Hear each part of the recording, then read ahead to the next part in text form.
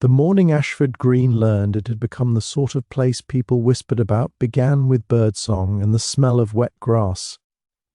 Dew lay thick on the common, catching the light like scattered glass, and nothing seemed amiss until the gardener at the old rectory failed to appear.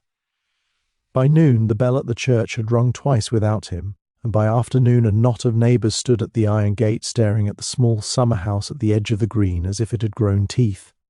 The door was closed, the windows latched from the inside. Inside, when the constable finally forced the lock, lay the body of a woman who did not belong there. She was neatly dressed, sensible shoes still tied, gloved hands folded in her lap as though she had paused to listen. There were no signs of a struggle, no overturned chair, no blood. The only mark was a faint discoloration at her throat, easily missed if one were looking for drama. The room smelled of polish and old paper, and the single lamp on the table had burned down to a stub. The key to the summer-house door lay on the table beside it, placed with care. Everything suggested order, and that, the constable thought uneasily, was the trouble. No one recognised the woman at first. Ashford Green prided itself on knowing its own, on the comfort of faces that belonged. Yet here was a stranger, middle-aged, hair pinned neatly, the sort of person one would notice only because she looked so ordinary. A handbag rested at her feet, empty but for a handkerchief and a bus ticket stamped the previous afternoon. No money, no papers, no explanation. It was the broken locket that caught the light and held it. It lay beneath a table, half hidden by the shadow of the lampstand, a delicate oval of silver snapped cleanly at the hinge. One half lay open, empty. The other had been crushed inward, as though stepped on or pressed deliberately under a heel. The chain was intact, clasp unbroken, suggesting it had been removed carefully rather than torn away. It seemed a trivial thing beside a dead woman, yet it unsettled the constable more than the locked door ever had. The villagers gathered details as they always did, with the practised intimacy of people who believed themselves safe. Mrs. Harper swore she had seen a woman crossing the green at dusk, pausing by the oak tree as if uncertain. Mr. Bell insisted no stranger could have entered the summer-house without being noticed. The gardener's niece remembered hearing the latch click sometime after dark, a sound she had dismissed as the wind. Each piece fitted poorly with the others, creating a picture that was either too simple or too cleverly arranged. By evening the theory had settled, thin and unsatisfying: suicide. The locked room, the absence of disturbance, the neatness. It was the sort of explanation that soothed the living because it required no further thought. Yet even as it was spoken, it rang false. No one could say why, only that something essential was missing. The woman's face bore no despair. Her shoes were clean, unsuited to a long walk across damp grass. The bus ticket led nowhere useful, the route common, and the time unhelpful. And the locket, why remove it, why break it, if one meant to end one's own life in quiet seclusion? As dusk fell, the green grew empty again. The summer-house stood silent, its forced door hanging askew, a small wound in the landscape. The constable locked it and carried away what little he could, leaving behind questions that pressed against the mind like an ill-fitting coat. From a cottage window overlooking the green, an elderly woman watched the last of them go. She had not joined the crowd or offered an opinion, but she had noticed things all the same: the way the woman's gloves were worn at the fingertips, the faint scent of lavender lingering in the air, the broken locket lying where it had fallen, rather than being pocketed or placed aside. She had lived long enough to know that people arranged scenes for reasons, and that what appeared random was often anything but. Ashford Green slept uneasily that night, comforted by the word solved, yet troubled by the feeling that the word did not belong. Somewhere between the locked door and the shattered silver lay a truth that refused to stay hidden, waiting patiently for someone who understood that the smallest things were rarely the least important. The following morning brought a thin, persistent rain that softened the edges of Ashford Green and made every sound seem closer than it ought to be. People went about their errands with exaggerated purpose, greeting one another too warmly, as if reassurance could be traded like small change. The summer-house remained locked and empty, yet it drew the eye all the same, an absence that felt heavier than presence.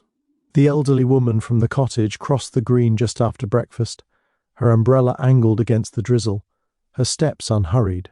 She paused at the iron gate, studying the damaged lock with mild interest before letting herself inside. The constable, surprised to find her there, greeted her politely but without concern. She had lived in Ashford Green for decades. Her face belonged to the place. She did not hurry to the spot where the body had been found. Instead, she took in the room as a whole, noting how carefully it had been cleaned, how little dust had settled on the shelves despite their age. Her gaze lingered on the table, on the lamp stub that had burned far longer than necessary, and on the faint circular mark where a cup had once stood and been removed. Someone, she thought, had taken pains to leave no clutter behind. She asked simple questions, the sort that invited easy answers. Had anything been moved since yesterday? Only the body, the constable said, and the handbag. The locket had been collected as evidence, though he could not say why it mattered. It looked like a sentimental trinket, nothing more. Sentimental things, she murmured, are rarely nothing. She crouched with some effort and examined the floor beneath the table. The boards were old and uneven, catching grit in their seams. There, almost invisible unless one knew to look, was a faint scuff mark, a pale crescent where a shoe had turned sharply.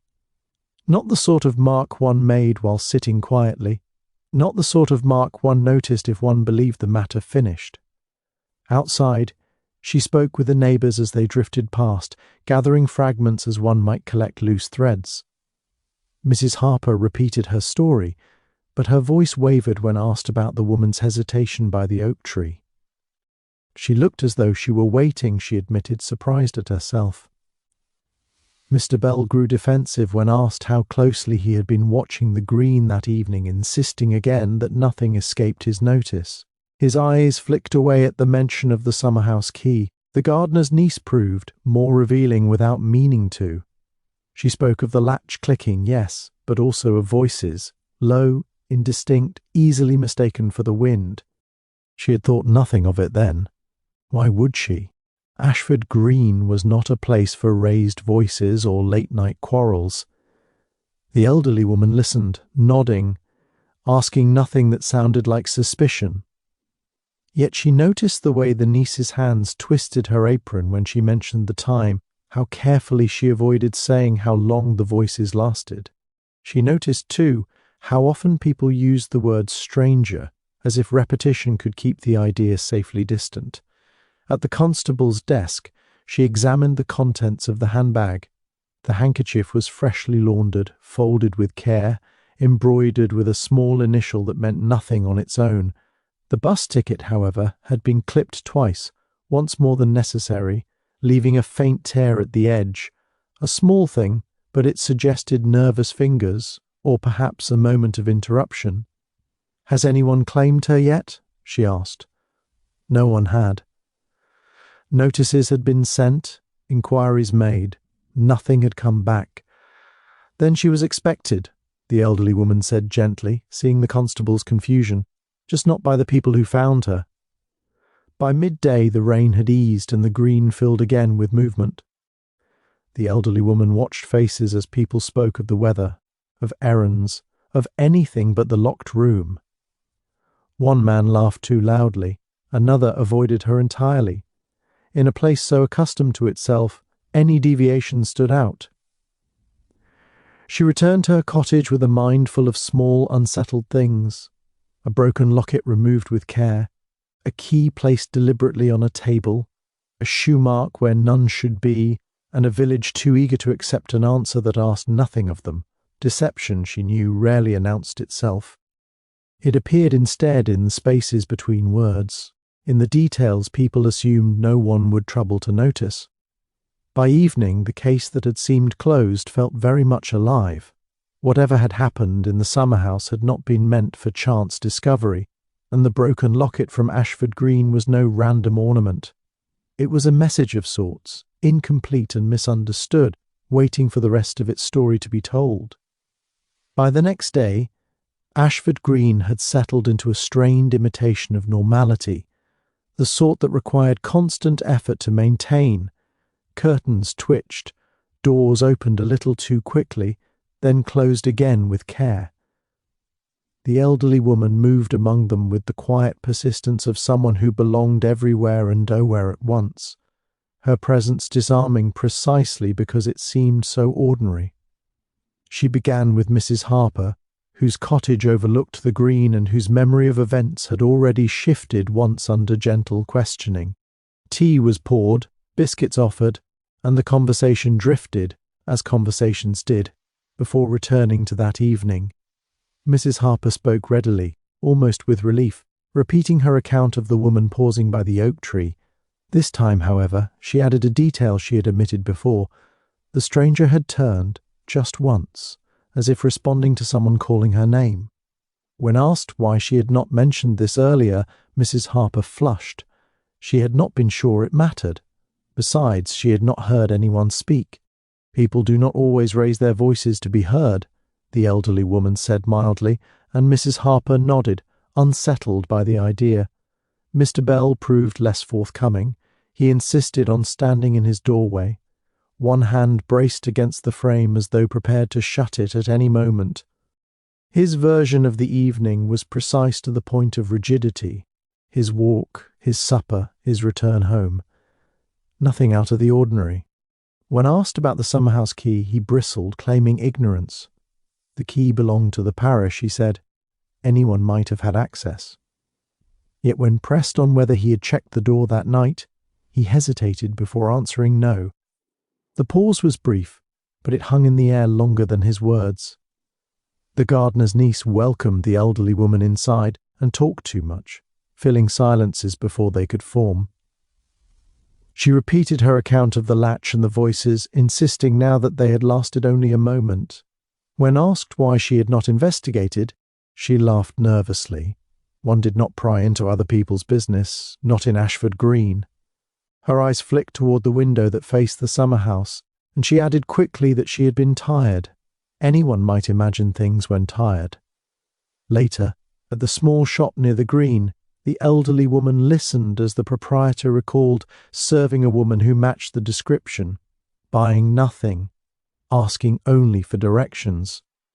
The shopkeeper remembered her clearly because she had worn gloves despite the mild weather, as though she didn't want to touch anything, the proprietor said, then frowned, realizing the implication. When asked which direction the woman had been sent, the answer came after a moment's thought. Toward the green, of course. Where else would a stranger be going? The contradictions were small, easily dismissed, but they accumulated with quiet insistence. People remembered what suited them, forgot what did not, and shaped their stories to fit the comfort of an ending already agreed upon. The elderly woman felt the shape of something else beneath their words, anticipation, not surprise, caution, not grief. That afternoon she returned to the constable's office and asked to see the locket. It lay in an evidence tray, its silver dulled by age, the hinge broken cleanly as if with purpose. Inside one half was a faint outline where something had once rested, a discoloration in the shape of folded paper or a small photograph. The other half bore a shallow dent, the mark of deliberate pressure rather than accident. Was anything found inside? She asked. The constable shook his head. Empty, he said. Probably sentimental, probably meaningless. Probably, she agreed, and thought of the way people use that word to seal a matter shut. As evening approached, she walked the green once more, retracing the stranger's likely path. From the road to the oak tree, from the oak tree to the summer house. Near the tree, half hidden among the roots, she found a scrap of pale paper, damp and torn, easily missed by anyone not looking down. It bore no words, only the faint impression of writing pressed through from the other side. A message once there, removed in haste. The voices of Ashford Green echoed in her mind as she returned home, eager assurances, careful omissions, protests that came too quickly.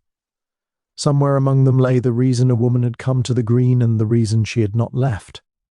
The deception was not in any single lie, but in the way they leaned together, supporting a story that asked no further questions.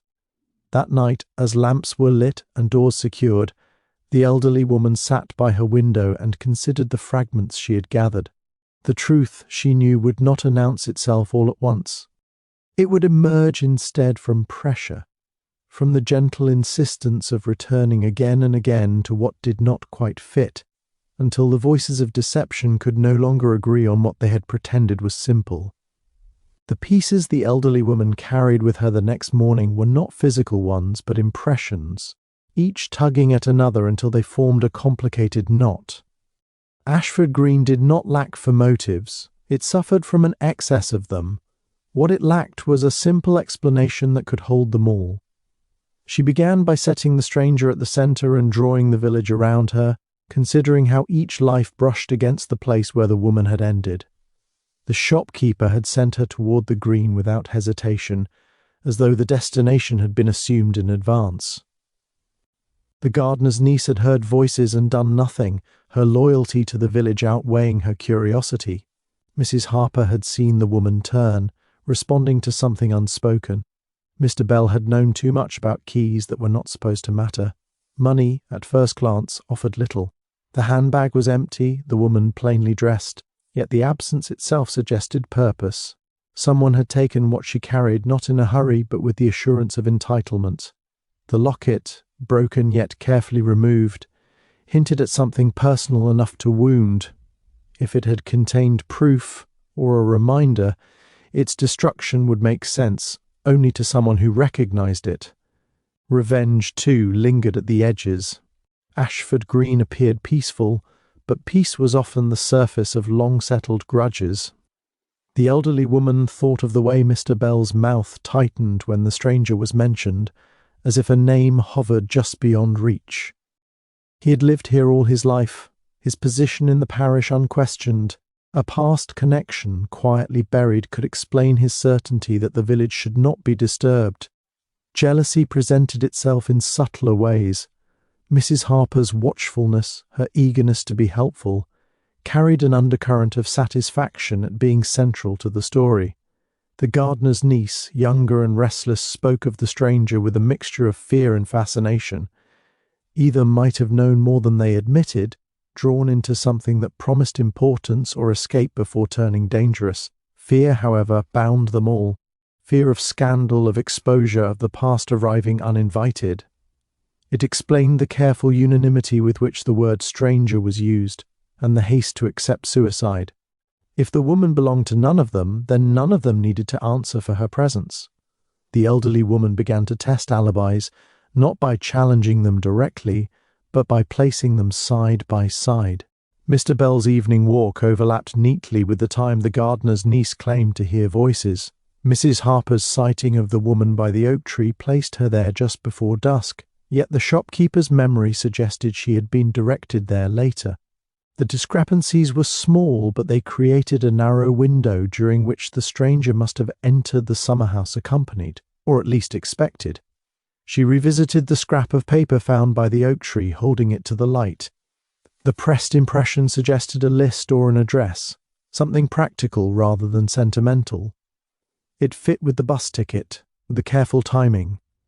The woman had come prepared, expecting to meet someone who knew where to find her. That afternoon, the elderly woman paid a call on the rectory under the pretext of borrowing a book. The rector spoke kindly of the village, of its harmony, but grew vague when asked about recent correspondence. Letters arrived now and then, he said, from former parishioners, from people who remembered the place fondly. When asked whether any had been unexpected, his answer came after a pause. One could hardly be surprised by the past, he said carefully. The motive maze tightened. Letters suggested secrets. Keys suggested access. Voices suggested confrontation. The lack of violence suggested trust, at least initially. The woman had not come fearing for her life. She had sat, waited, listened.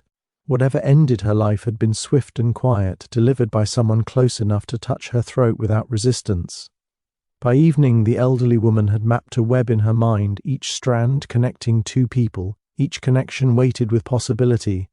No single motive explained everything, but together they formed a pattern of shared interest in keeping the truth buried. Someone had feared what the woman carried in her locket. Someone had known she was coming. Someone had ensured the summer house would be empty, the key available, the door locked afterward to suggest finality. As lamps flickered on across Ashford Green, the elderly woman felt the maze begin to resolve, not into a clear path, but into a narrowing of options. The motives were many, but the act itself required opportunity, knowledge, and a willingness to risk everything on the assumption that no one would look too closely. The village had provided cover.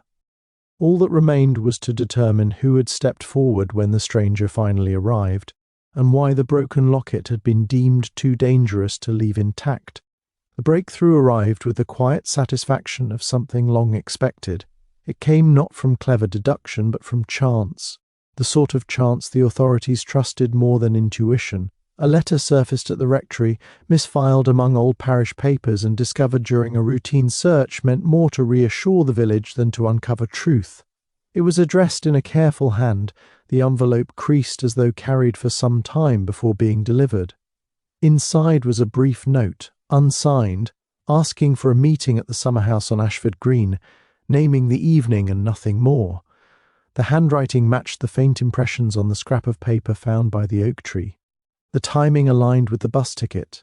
The constable felt the satisfying click of pieces falling into place.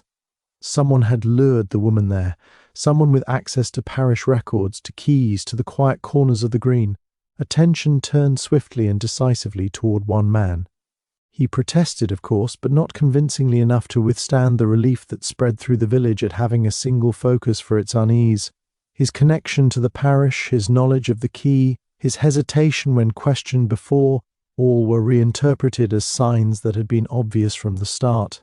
He admitted to writing letters in the past, to corresponding with people who had once lived nearby. He denied arranging the meeting, but denial sounded thin against the weight of paper in evidence.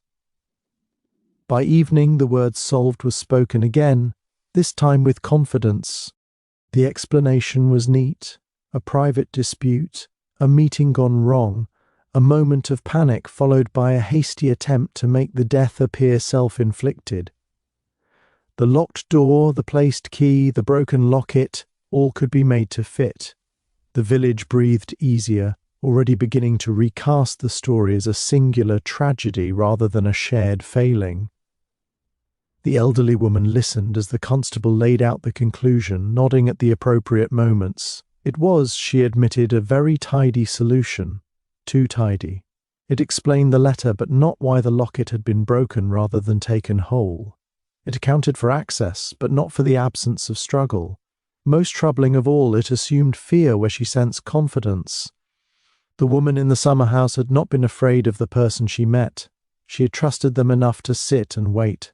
She walked the green once more as dusk settled, watching lights appear in cottage windows. The sense of relief was almost palpable, yet beneath it ran a current of something sharper.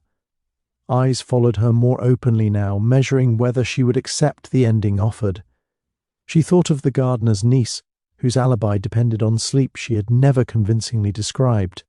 She thought of Mrs. Harper's delayed memory, of the shopkeeper's certainty about directions, of the way the rector had spoken of the past as though it were a thing best left unopened. At home, she laid out the facts as they stood and the facts as they had been made to stand. The letter was genuine, yes, but its tone was impersonal, its request oddly cautious. It lacked the urgency one would expect if blackmail or confrontation were intended. It sounded instead like an intermediary's work, a way to bring two people together without revealing who truly wished for the meeting.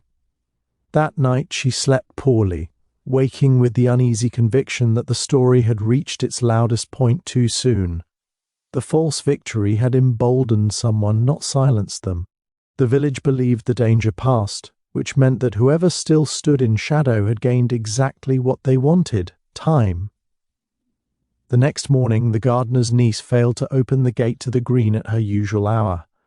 When she was found later, pale and shaken but alive, she claimed to have seen someone outside her window in the night, someone who had stood listening before moving away. Nothing had been taken, nothing damaged. The message was subtle but unmistakable. The elderly woman sat with her afterward, offering comfort, while noting the fear that now stripped away pretense. The real criminal, she understood, had not struck out of desperation but out of calculation. The early solution had removed scrutiny, allowing the truth to remain buried and its guardian to move freely. As the village settled once more into uneasy quiet, the elderly woman felt the investigation shift beneath her feet. The case was no longer about what had happened in the summer house, but about what would happen next. The broken locket had not been the end of the matter, only its beginning, and somewhere nearby, the person who had broken it waited, confident that the worst was over. The false calm that followed the night visitor's warning did not last. It could not with the past stirring so insistently at the edges of the present. The elderly woman felt it the next morning as she sat with a stack of old parish records borrowed under the guise of curiosity. Paper, she knew, remembered what people preferred to forget. The overlooked detail revealed itself gradually, almost shyly. It was not in the recent correspondence or the register of keys, but in a brittle ledger from years ago, its pages foxed and curling at the corners. A notation repeated itself across several entries, brief and oddly cautious, referring to assistance given to an unnamed woman passing through Ashford Green. The same careful handwriting appeared again and again, altered slightly over time but unmistakable once noticed. It was the same hand that had penned the letter found at the rectory. The entries clustered around a single year, long enough past to have slipped from everyday memory but not so distant as to be harmless. That year, the village had quietly rallied around a small scandal, smoothing it away with discretion and silence. A child had been sent elsewhere, a woman had left, the matter had been resolved, or so everyone had agreed. The elderly woman closed the ledger and sat very still. A locket, she thought, was precisely the sort of thing one kept close when carrying a past too heavy to leave behind. A photograph, a curl of hair, proof that something once existed and could not be erased by consensus. She returned to the green and looked at it differently now. The shopkeeper's certainty, Mrs. Harper's watchfulness, the rector's careful evasions, all took on new shape. They were not merely protecting themselves from scandal, they were protecting a shared decision. The stranger had not arrived to accuse or beg. She had arrived to remind. That afternoon the elderly woman sought out Mrs. Harper once more. This time she spoke of the past gently, of how villages managed difficult things before there were better ways to do so. Miss Harper listened, her composure thinning. When the elderly woman mentioned the year from the ledger, the colour drained from her face. "We did what we thought was best," she said at last, not meeting the other woman's eyes. "For everyone." "For everyone," the elderly woman echoed softly, and waited. The story emerged in fragments, a young woman frightened and alone, a promise of help that came with conditions, a child placed quietly beyond the village, its existence never spoken of again. Several people had known, several had helped. No one, Mrs. Harper insisted, had meant harm. The gardener's niece, it became clear, was connected as well, though she did not yet know how deeply. Her mother had been among those who arranged the quiet departure, who believed secrecy a kindness. Fear now explained her nervous silences, her reluctance to look too closely at voices in the night. Even Mr. Bell's rigidity made sense.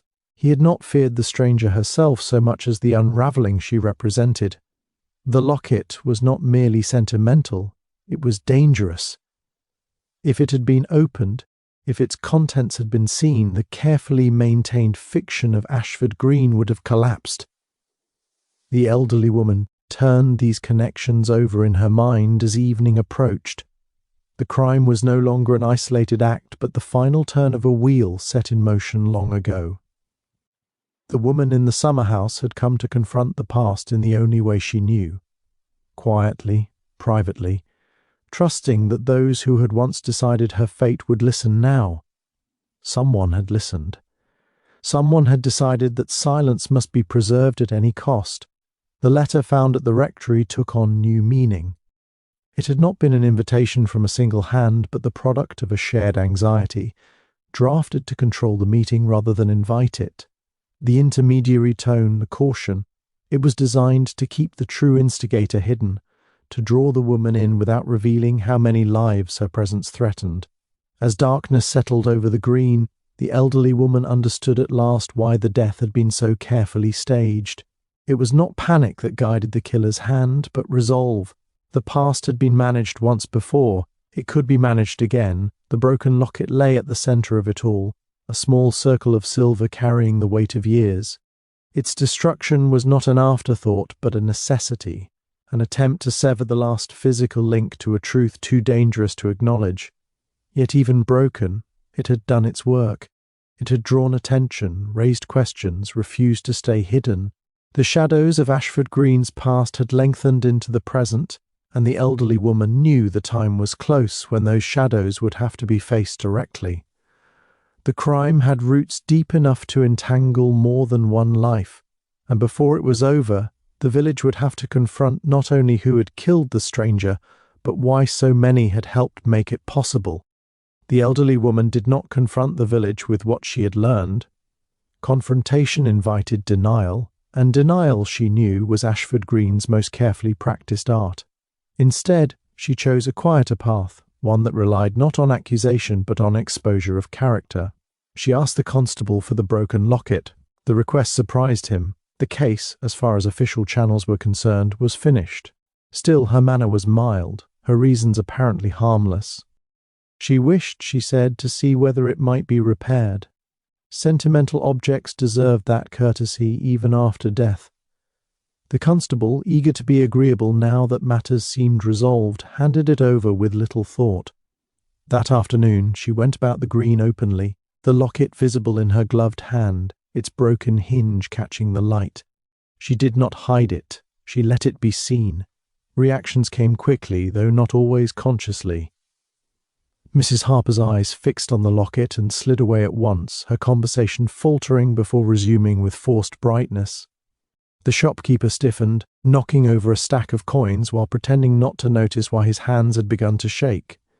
Mr. Bell watched from across the green, his face unreadable until he turned abruptly and went inside, closing his door with unnecessary force. None of this was proof. It was texture, not structure. The elderly woman waited for more. Her unconventional tactic unfolded toward evening, when the green filled briefly with people enjoying the last of the light. She sat on a bench near the oak tree and let the locket rest in her palm, occasionally opening it as though examining the empty interior. At last, in a voice pitched to carry just far enough, she remarked to no one in particular that it was a pity the contents had been lost. Such things, she said, often told a story all their own. The words were bait. She knew it as she spoke them. The gardener's niece stopped walking. She stood very still, her face draining of colour, her gaze locked on the locket as though it might speak. When the elderly woman glanced up and met her eyes, the girl startled as if caught in a lie she had not yet told. She crossed the remaining distance without quite deciding to do so, and asked too quickly what the locket had held. A photograph, most likely, the elderly woman said gently. Or perhaps something written. It's difficult to know now. The niece swallowed. It was paper, she said, then froze. Silence fell between them, heavy with consequence. The words had slipped out unguarded, unshaped by caution. The niece seemed to realize this all at once, her hands clenching at her sides. The elderly woman did not press her immediately. Instead, she spoke of the past again, of how people convinced themselves they were acting kindly when what they truly sought was quiet.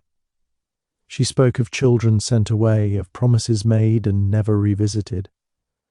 The niece's composure crumbled not with drama, but with exhaustion. My mother knew, she whispered. They all did. I found out years later. I wasn't supposed to, but I did. She confessed then what she had never said aloud, that the stranger had come to her first, not to accuse but to ask. She wanted to know who else remembered. She wanted confirmation before deciding what to do next. The niece, frightened and uncertain, had directed her to the summer house, believing someone there would speak more freely. She had not expected anyone else to arrive.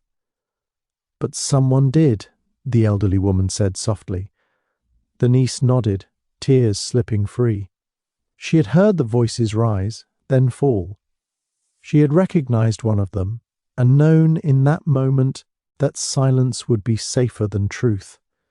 When the night visitor came to her window later, it had not been to threaten her life, but to ensure her loyalty.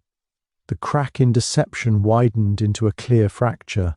The unconventional clue, the careless display of a broken object, had done what questions could not. It had bypassed reason and struck at memory, at guilt long buried but never gone. As the elderly woman walked home under the darkening sky, the locket cool in her pocket, she felt the shape of the truth sharpen at last. The killer was no longer hidden among many, shielded by shared silence.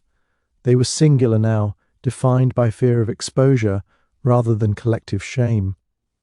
The village she knew would soon have to face the story it had told itself for years.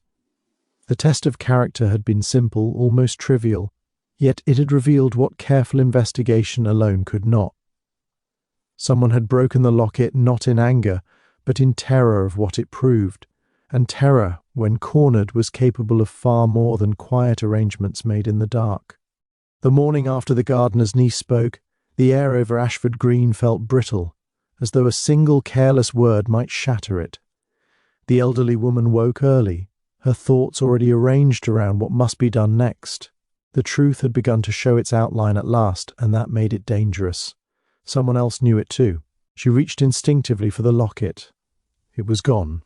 For a moment she sat very still, taking in the small details of her sitting room, the chair pulled slightly away from the table, the curtain not quite hanging as it should, the faint scent of cold air where the window had been opened and shut again. Nothing else was disturbed. Whoever had come had not been searching. They had known exactly what they wanted. The loss settled heavily not because the locket itself was irreplaceable, but because of what it represented. It had become a fulcrum, a silent accusation. Its disappearance meant someone was close enough, confident enough to act under her roof. She did not raise an alarm. Panic, she knew, would only serve the person working against her. Instead, she moved through the village as she always had, offering greetings, exchanging small talk, observing. Trust, already strained, now felt like thin ice beneath every step. Word spread quickly nonetheless. The constable arrived before noon, apologetic and unsettled. A theft, he said. Complicated matters. Evidence was meant to remain secure.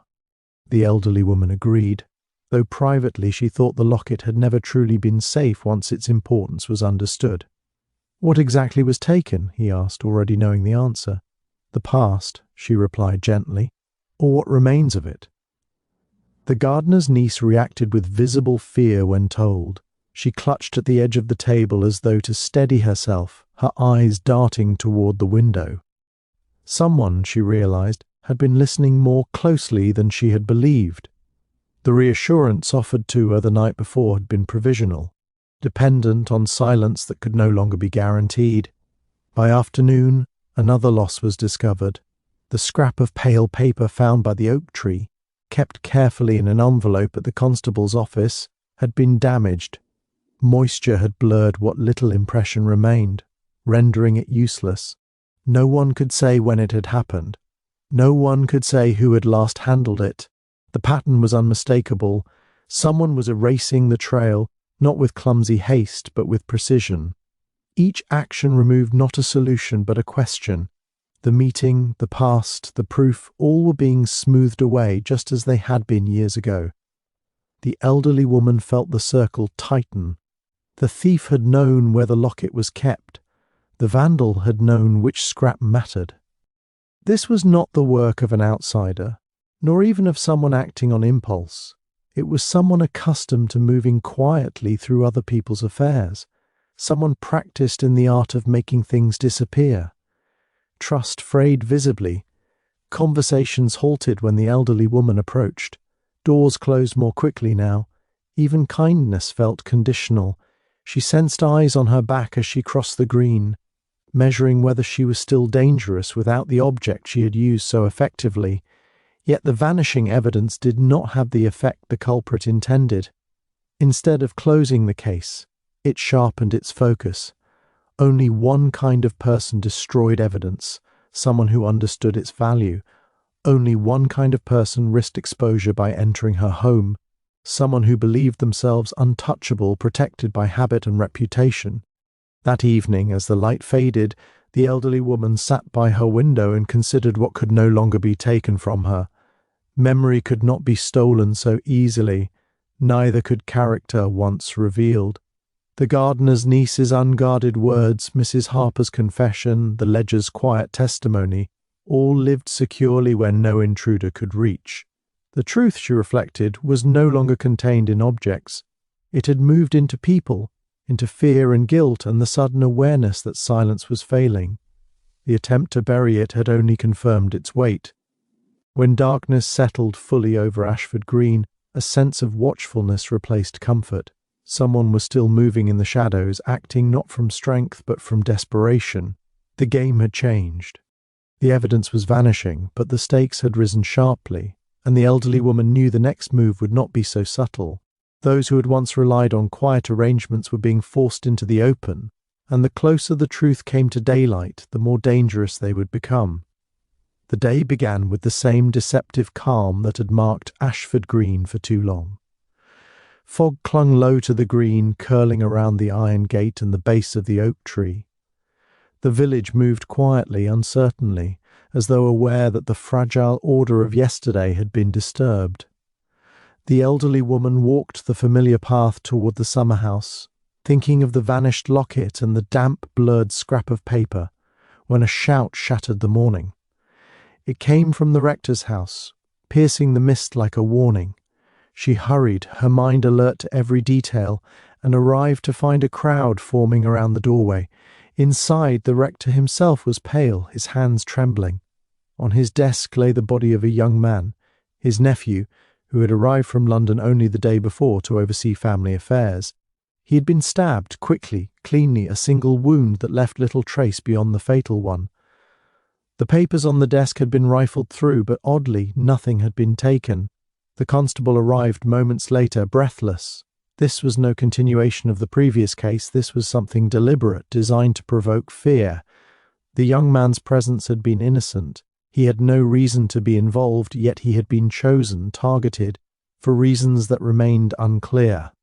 The elderly woman studied the scene with calm precision. Nothing was overt, no struggle in the room, no sign that the young man had fought back. The window was closed, the door locked from the inside, then opened afterward. It was, she realized, a message, precise, calculated, and intended to remind the village that the shadows they had ignored were still alive, still watching. Her thoughts returned to the gardener's niece. Had she known something, been pressured into secrecy? The vanishing locket, the damaged paper, the way people had reacted when confronted with the truth, they all pointed toward someone confident enough to manipulate from within, yet cautious enough to avoid direct suspicion. And now that person had escalated. She spoke quietly to the constable. "This is no longer merely about uncovering a past wrong. Whoever did this knows how to move unseen and how to intimidate. They are testing the limits." He looked at her uneasily. "Testing us?" "Testing the village, testing themselves, and testing whether anyone will stop them before they act again." The elderly woman left the rector's house and moved carefully through the green. Each familiar path now felt fraught with possibility. The shadows of the past, she realized, had grown more assertive, bolder. The first death had been controlled, almost methodical. The second was a challenge, a declaration that the rules had changed. By late afternoon, a new disappearance compounded the tension. Mrs. Harper's cat, ordinarily kept indoors, vanished from her kitchen, and shortly after, Mrs. Harper herself reported being followed, glimpsing a figure in the fog outside her window. The old habits of secrecy, the careful masking of movements had become inadequate. Someone was asserting control, and the village's previous calm could no longer shield it. The elderly woman returned to her cottage and considered what this meant. The murderer had not expected discovery. The locket had forced their hand, accelerated their actions. Each step the detective had taken had been observed, each revelation anticipated. She realized that to prevent another tragedy, she could not rely on slow persuasion or subtle observation. The game now required anticipation, strategy, and careful manipulation of the shadows themselves. Night fell over Ashford Green with a heavy sense of menace. Lights glimmered in cottages, but the village felt smaller, more contained, hemmed in by fog and the knowledge that the danger was close, patient, and unyielding. The elderly woman lit a lamp and spread her notes before her. Ledger entries, witness statements, fragmentary memories, and the faint impressions left by the vanished locket. Every detail became a weapon, a way to anticipate the next move. She knew one thing with certainty: the villain was not acting at random. Each death, each disappearance, each subtle act of intimidation was part of a larger pattern, a choreography designed to mislead and divide. The village might look calm, but the clock had been reset. Whoever moved in the shadows would strike again unless stopped. As she prepared for the long night ahead, the elderly woman felt the first sharp edge of the challenge before her. The investigation had shifted from reconstruction of a crime to prevention of another. The stakes were no longer theoretical, they were immediate, personal, and deadly. Whoever had broken the locket, stolen the paper, and now struck with a second victim was several steps ahead, but not for long. The game had changed, and she intended to force it back into the light. The fog lingered over Ashford Green the next morning, but for the first time the elderly woman saw it less as a shroud and more as a lens. She walked slowly along the familiar paths, considering the events that had unfolded: the stranger in the summer house, the vanished locket, the blurred paper, the sudden murder of the rector's nephew, and the small acts of intimidation that had spread like ripples across the village. Each incident had seemed isolated at first, chaotic, but something subtle tugged at her mind, a detail previously overlooked, a small inconsistency buried in the everyday rhythm of Ashford Green. It came from the shopkeeper. She had spoken with him again, casually, about the day the stranger had passed through his shop. His story had seemed ordinary before: a woman in gloves, asking directions, buying nothing. But this time, as he described her hesitation near the counter, the elderly woman noticed the tilt of his head and the way he repeated a phrase. She lingered, as though she were waiting for someone to speak first. He had said it before, but now it resonated differently. The phrase, linger, waiting, was not just a description, it was a clue, a reflection of the behavior of everyone involved. The realization deepened when she thought of the gardener's niece. The girl had frozen when the locket was shown, not at the object itself, but at the act of revealing it. She had not reacted out of fear of discovery. She had reacted to the reminder of her own role in directing the stranger to the summer house. The hesitation, the pause, the subtle body language, it had all been consistent. Waiting, watching, calculating. These behaviors traced a pattern, repeated in different ways across the village. Returning home, the elderly woman spread her notes across the table, ledger entries, witness statements, the faint impressions on the torn paper, the locket itself now back in her possession after careful recovery. Each seemed ordinary alone, but now she traced lines between them. The people who had seemed most eager to cooperate, the shopkeeper, Mrs. Harper, were those whose gestures and words betrayed attention to timing, to positioning, to expectation.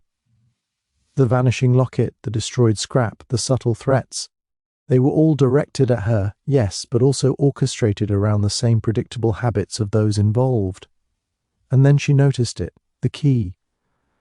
Not the parish key that had opened the summer house, nor the literal keys she had catalogued, but a figurative key hidden in plain sight. The summer house itself faced the oak tree, the place where the stranger had paused and looked back. The objects, the gestures, the timing, all converged on that single spot. It was not random. It was rehearsed, a pivot point around which the deception revolved. She revisited the scene that afternoon. The summer house sat quietly, shadows pooling at its corners. Beneath the oak she noticed a faint impression in the grass, almost imperceptible, a foot turned just so, the shape of someone pausing. It matched nothing the constable or villagers had taken seriously. The impression was insignificant, but it connected to the vanished locket, to the letters, and to the strange sequence of visits and observations. Someone had moved carefully, deliberately, following a pattern laid down years ago and only now reactivated. By evening, the pattern revealed its cruel simplicity. Each act, the direction of the stranger, the silencing of evidence, the second murder, was designed not just to hide the past, but to anticipate anyone who might uncover it. The killer relied on habits, on gestures repeated through years, confident that the ordinary would mask the extraordinary. They had used the village's predictability as armor. That offhand comment by the shopkeeper, the hesitation of a witness, the direction of a glance, they were all pieces of a choreography meant to mislead. Now that choreography became legible. The elderly woman sat quietly as the gas lamps flickered on, understanding that the key had been in plain sight all along. The locket, the paper, the ledger, they had pointed to it indirectly. But the human behaviors, the repeated patterns of waiting and observing, were the final, unmistakable clue. The perpetrator's reliance on the ordinary had become their vulnerability. Patterns could be anticipated, predicted, and, if read correctly, disrupted. Ashford Green no longer seemed like a quiet, simple village.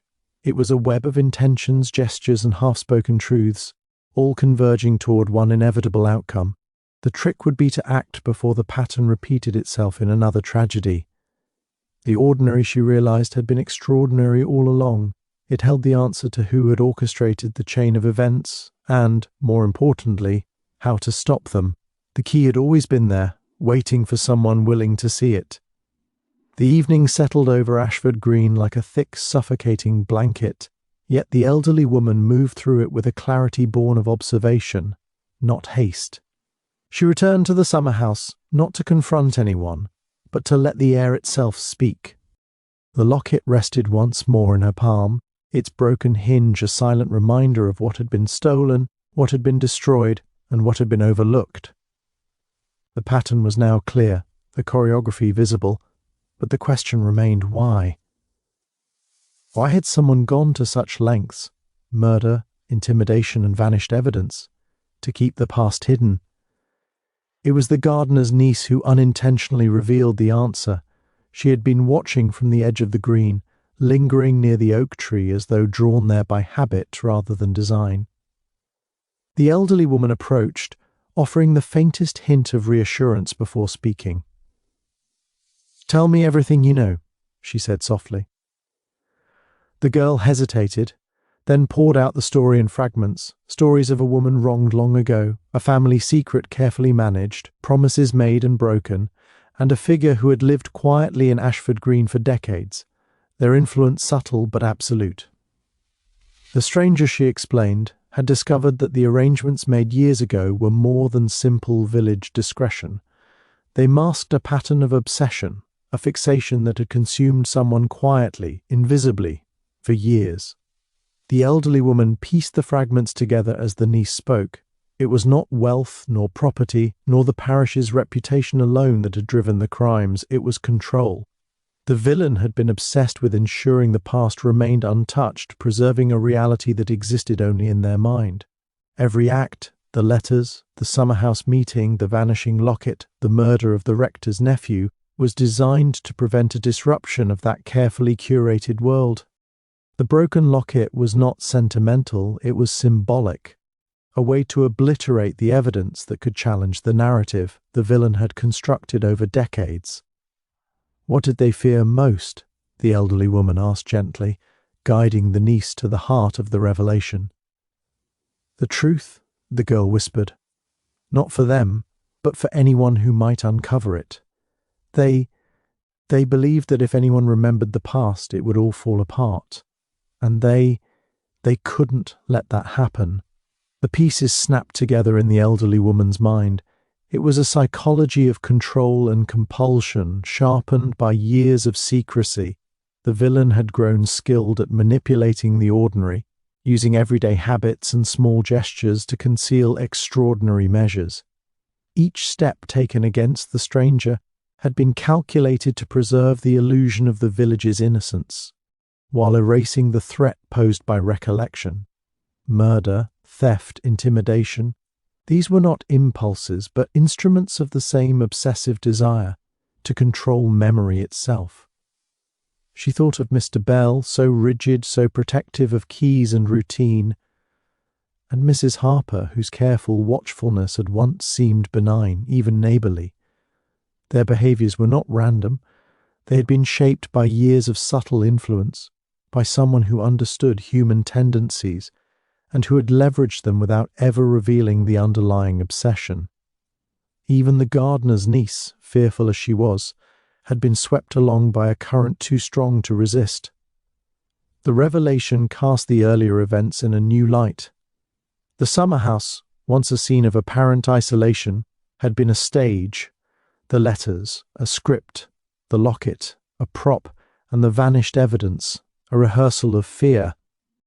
The villain's mind had been orchestrating it all, not for gain or revenge, but for the satisfaction of controlling the narrative completely, of bending time and memory to their own will.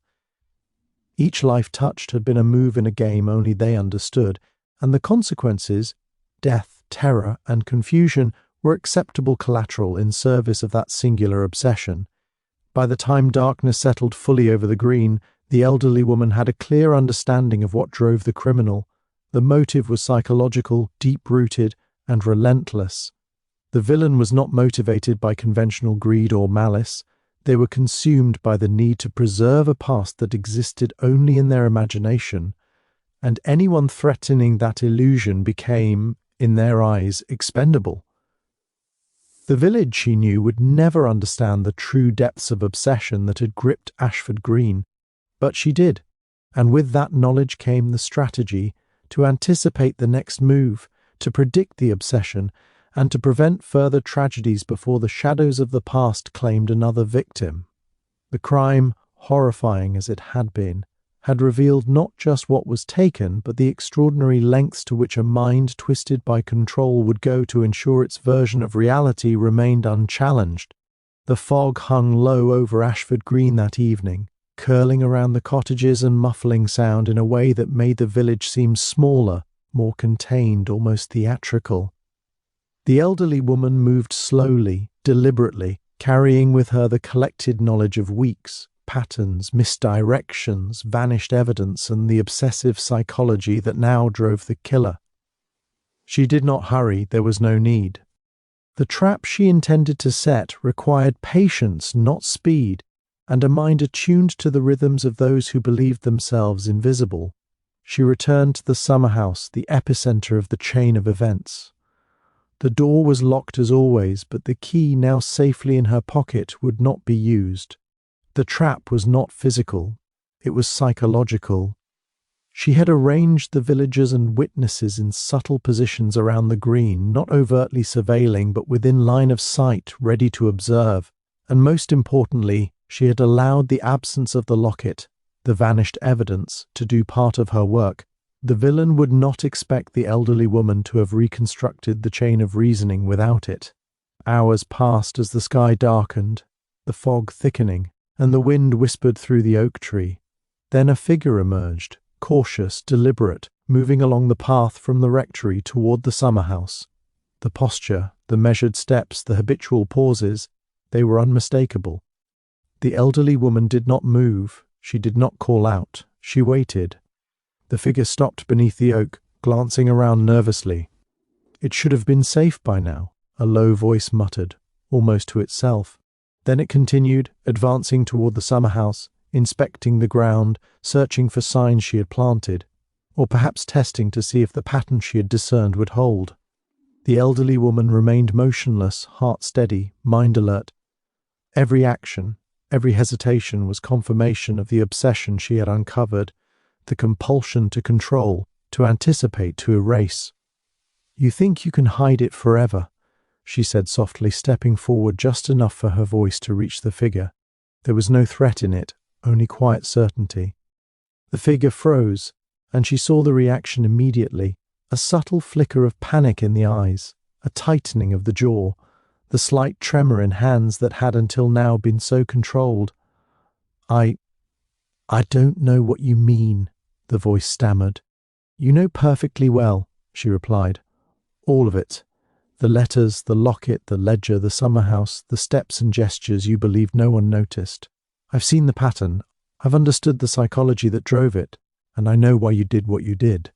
The figure laughed, a short, brittle sound, and shook their head. No one could understand, they said, almost pleading, eyes darting to the foggy shadows where villagers waited unseen. It was necessary. It had to be controlled. For them, for all of them. They wouldn't survive the truth. You thought control would protect them, the elderly woman said. Instead, it has endangered them, and it has endangered you. Her voice was calm, almost gentle, yet carried the weight of inevitability. The pattern, your obsession, it has left you exposed. You cannot erase it now. The figure stepped back, eyes wide, searching for escape, for an unseen path through the fog. But every direction was accounted for, every angle observed. The carefully laid trap had worked. The obsession that had guided the villain's every move now betrayed them. Panic sharpened the movements, quickened the pulse, made the thinking less precise.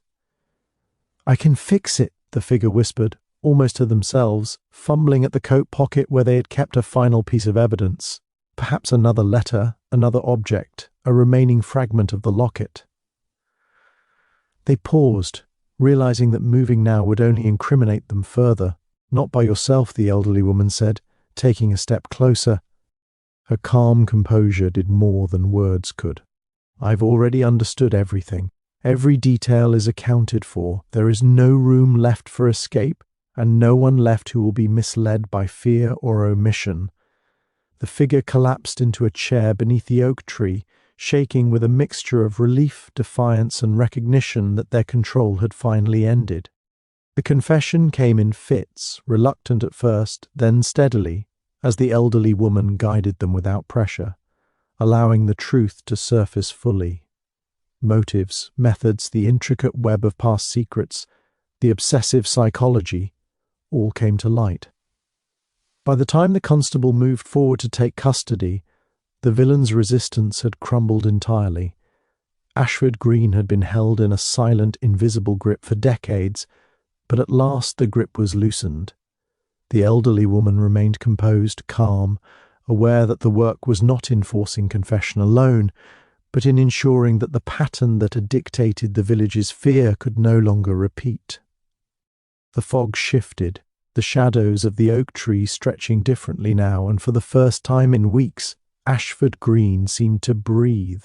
The trap had worked not because of force, but because understanding the pattern, the psychology, and the human habits that hid it had allowed the final confrontation to unfold precisely as it should.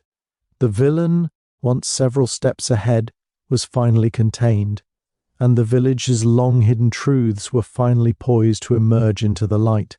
The village had begun to exhale. Ashford Green, long tense under the weight of secrets and obsession, seemed to settle as if finally permitted to breathe.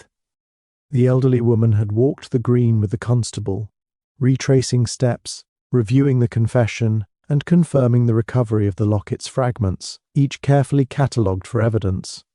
The villagers were cautiously optimistic, even though the evening air remained cool and tense, carrying the faint scent of fog-dampened earth.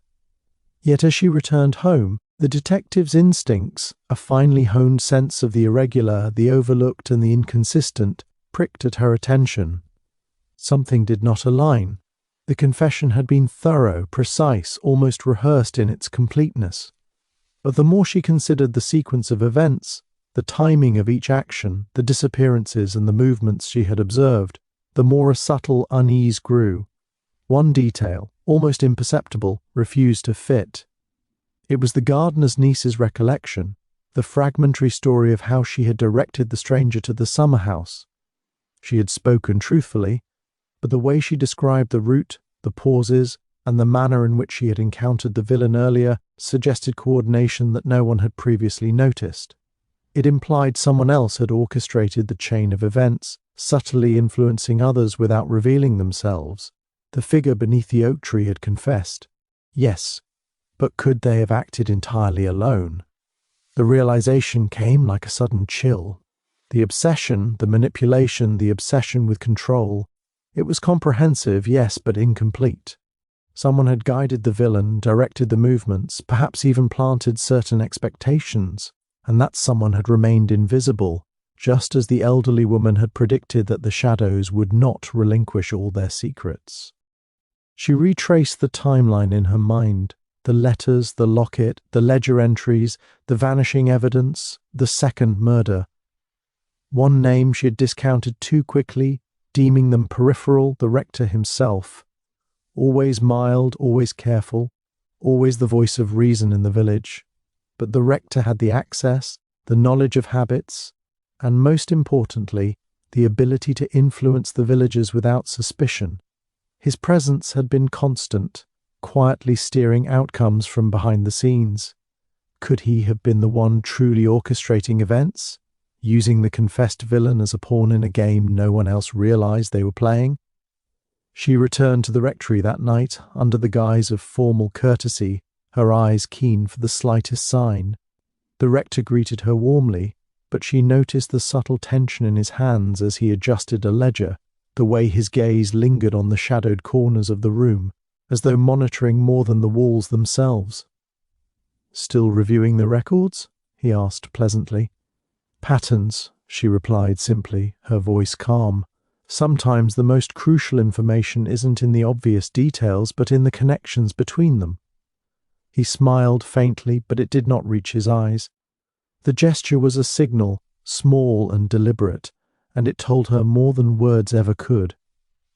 He had known the confession would satisfy the village, would provide closure, and yet he had also ensured that certain threads remained unresolved, the final act of control, the ultimate safeguard of the past he was determined to preserve. The full picture crystallized. The confessed villain had been motivated by obsession, yes, but the real mastermind, the one who had anticipated every move, planted evidence, and ensured the village's compliance, was the rector. Every action, every manipulation, had subtly protected him, kept the narrative contained, and ensured that the obsession unfolded within boundaries he could manage. The confession was not an end, it was a diversion, the last piece of misdirection in a carefully constructed performance. The elderly woman smiled faintly, a mixture of respect and determination. The game was not over. The final revelation had arrived at last, not as a simple twist, but as a complex challenge to her intellect, testing her patience, observation, and understanding of human psychology. She now had all the pieces in place. The pattern, the obsession, the manipulations, and the hidden hand that had guided them. Ashford Green, she realized, was not yet free of shadows. The true test remained, exposing the mastermind who had pulled the strings, ensuring that the village could confront the reality it had long avoided, and she, calm, patient, and meticulous, was ready to do so. The fog had lifted slightly over Ashford Green by dawn, leaving the village washed in a pale, fragile light that did little to soften the tension lingering in the air. The elderly woman walked the green deliberately, moving past cottages and gardens, observing the subtle shifts in the villagers' posture and expressions. The confessions, the vanished locket, the vanishing evidence, and the patterns she had unravelled all led to this moment, a confrontation with the true mastermind. She approached the rectory, her presence quiet but purposeful. Inside, the rector awaited, calm on the surface, but the careful alignment of his ledger, the tautness of his shoulders, and the way his hands rested on the table betrayed him. The village had been ready to celebrate a resolution, yet here, in this quiet room, the final thread of deception awaited untangling. "You've orchestrated everything," she began, her voice measured, almost conversational. The stranger's arrival, the locket, the second death, the vanishing evidence, they were not just acts of obsession. They were carefully directed, subtly influenced to control how the truth unfolded. The rector's eyes widened briefly, then narrowed, a practiced mask slipping for only an instant. "I did what I thought necessary," he said, smooth but strained. "The village, our past, needed protection. You wouldn't understand." "I do," she replied softly. "Every step, Every misdirection, every tiny clue that everyone else missed, I've traced them. The shopkeeper's phrasing, Mrs. Harper's vigilance, even the gardener's niece's hesitation, all were predictable to you, and all became part of your pattern. He straightened, attempting a veneer of authority. Even if that is true, what can you prove? She opened her notebook, turning to the carefully documented timeline of Ashford Green's recent weeks. I can prove that the villain you used as a pawn acted within a framework you created. The vanished locket was never just sentimental. Its disappearance was a calculated move to manipulate observation. The torn paper, the staged second murder, even the confession, it all follows the choreography you laid down. Every subtle hesitation, every overlooked gesture led here to you. The rector rose slowly, eyes darting toward the windows as though considering escape, but the elderly woman had anticipated this. "There's nowhere to go," she said calmly. "The villagers are watching, the constable is ready, and the confession of your pawn has been documented. Every action you took was observed, recorded, and interpreted." The pattern left no room for evasion. For a moment, silence hung over the rectory, broken only by the faint ticking of a clock. Then the rector laughed quietly, a dry, bitter sound. "You're clever," he admitted. "I did not think anyone could see the weave behind the actions, the way one hand guided the other without drawing attention. But cleverness does not always protect you from failure." He hesitated, calculating, then made his decision. In a sudden, swift movement, he moved toward the back door, shoving aside papers as he did. The elderly woman was faster. Calm, composed, she intercepted him, blocking the doorway with quiet authority. "Stop," she said, her voice final. "The pattern is broken. The web you wove can no longer shield you.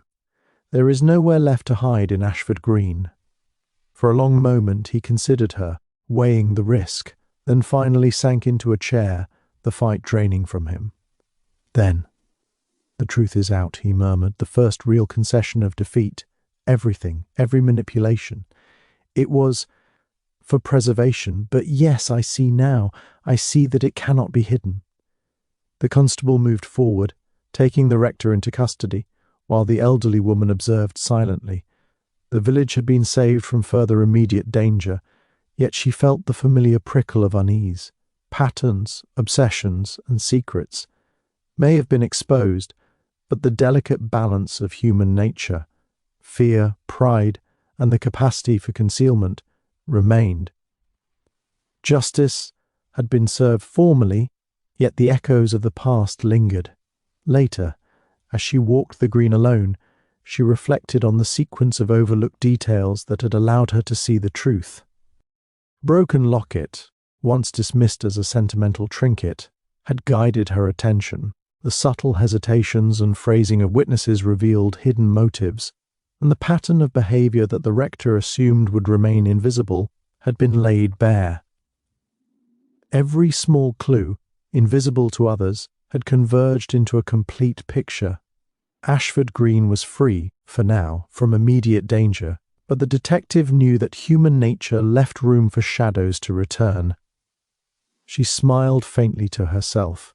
The village had faced exposure, justice had been applied, and yet, as always, the game of observation, deduction, and insight would continue. She had once again been one step ahead, but in a place like Ashford Green, vigilance was the only true safeguard. The morning after the rector's arrest was crisp, the sun cutting through the last tendrils of fog over Ashford Green. The villagers moved about cautiously, still whispering in corners and exchanging glances that carried both relief and lingering fear. The immediate danger had passed, the manipulations revealed, and justice formally served. But the village had changed.